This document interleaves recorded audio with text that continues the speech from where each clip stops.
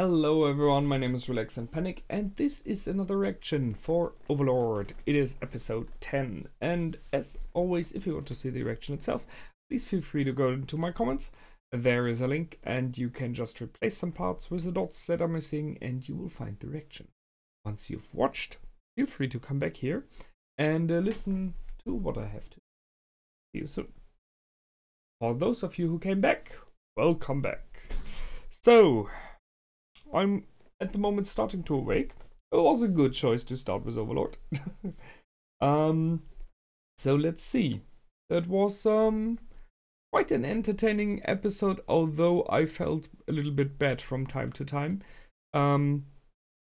Because we are more or neither on the side of the evil guys, it seems.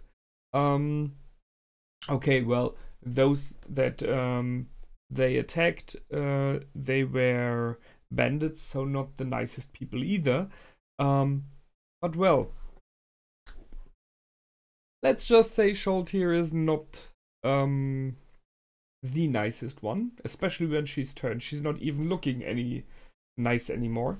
So let's see. I was a little bit confused in the beginning, but it was cool because there was sabers with both eyes, and I didn't knew Zack, who is dead now possibly. And one of the maidens we had here, which, wait, I wrote it down, Solution, I think is her name. Interesting name.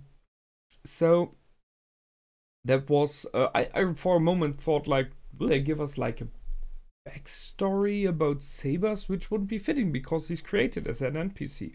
But maybe they played something like that in the past. One of the older players had him go along on it. Brazil might have been. But no, it was them being undercover, trying to lure in specific humans, because they want to find humans with magic abilities and these fighting powers. Because those are new to them, those are a difference to Yggdrasil, and Lord Ainz wants to study those for sure, no question, to understand and if they are a danger. So that's why they hired Zack, possibly because they thought he is someone they cannot trust. And yes, they were right. He is an evil little one who just put them in a trap to be ambushed by bandits. So that's what they wanted. And the ambush was an ambush, but just for the bandits instead. So that didn't work out as they planned. There was a little bit of background about one of the creators and his sister, the twins. That was about, as we know, that shouldnt here and Aura are crunching on each other all the time because those twins did the same before. It's very, I really like the concept that the NPCs are aware of that, are aware of so much of the real world, the fact that she was a voice actress, more or neither what that means. So that's a strange thing, you know.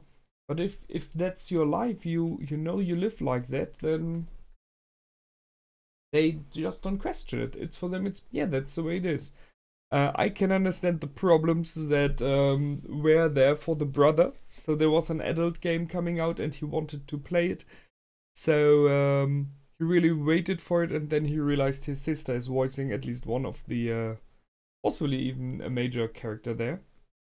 So, well, that's a bit strange to play that. I can completely see that.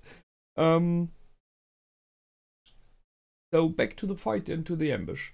Shouldnt here barehandedly ripped the guys apart.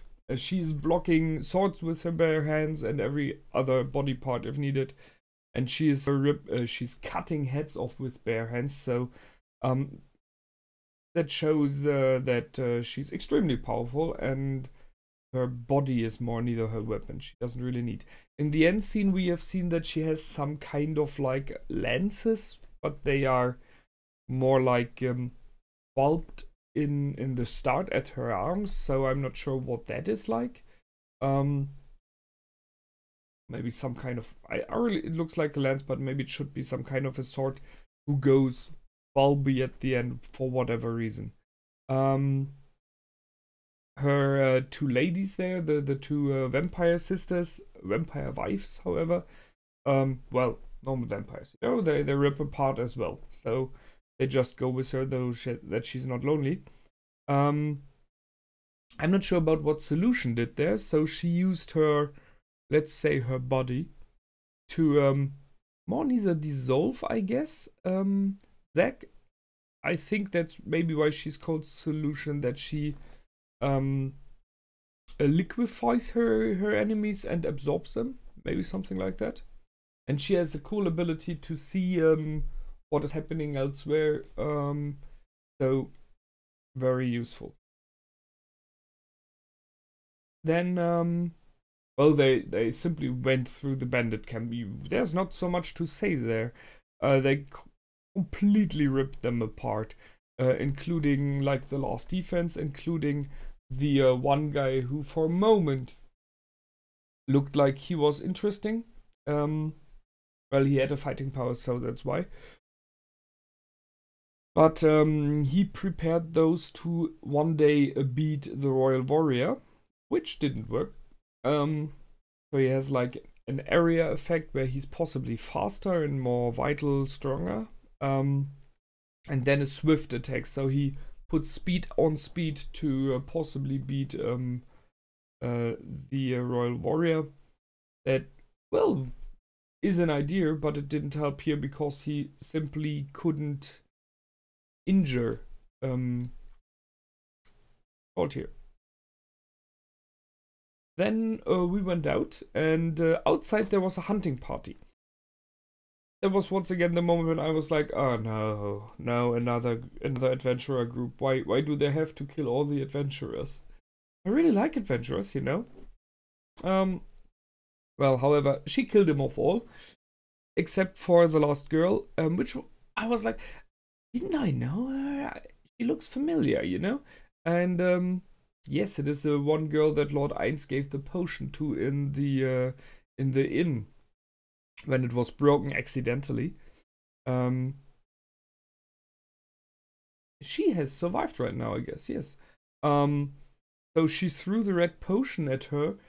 I don't know why she threw a healing potion at a vampire. I mean, in some systems, healing magic damages undead.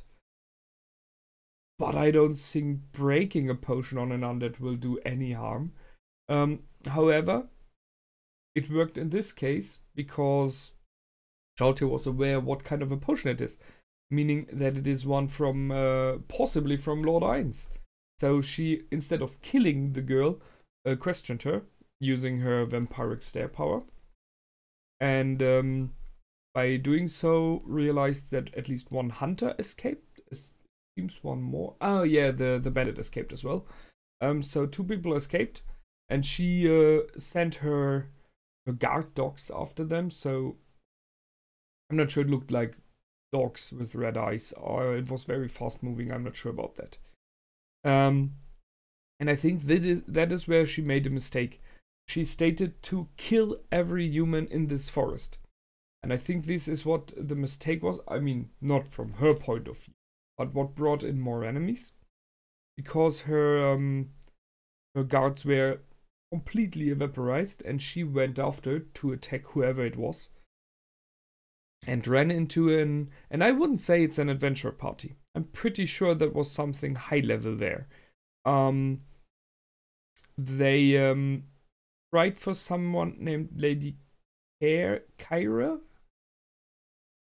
So I guess that maybe there is like a princess, a queen, a head of something that they were protecting, and the group that Shaltir attacked was the people traveling with her. So her bodyguard, her squires, the priest very much looked like a very high level priest, and he had an effect on her, no question. Although she killed him, and stuff alike. So I'm pretty sure we will see this guardsman, the one again was that was standing there first, because she didn't kill him, and he looked very neat. High level equipment, nicely designed.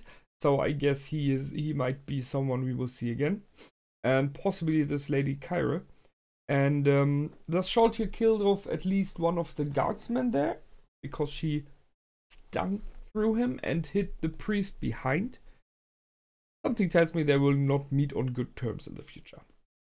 Whatever it was that the priest summoned, it looked like, I think, like a light dragon effect. It looked a little bit like a dragon head made of light. Definitely got to Shouldnt. No idea what happened there. Maybe it is somehow counted as sunlight. I mean, vampires normally react to sunlight. Maybe that's why she acts the way she does now. She seems to be frozen in place, which means they didn't take her with them. They didn't kill her. Possibly they just can't.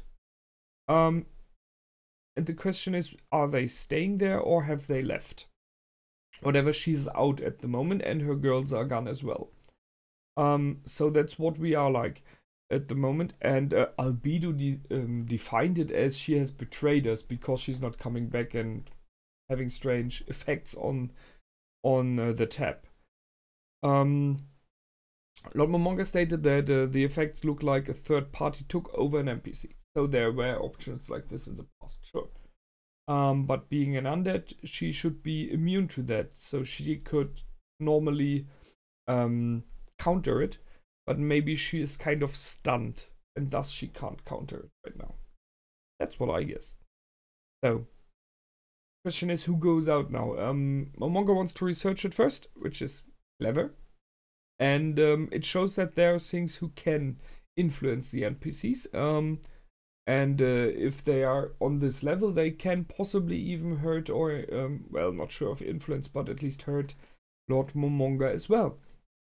So there are things in this world, especially if you run in unprepared like Shouldnt did.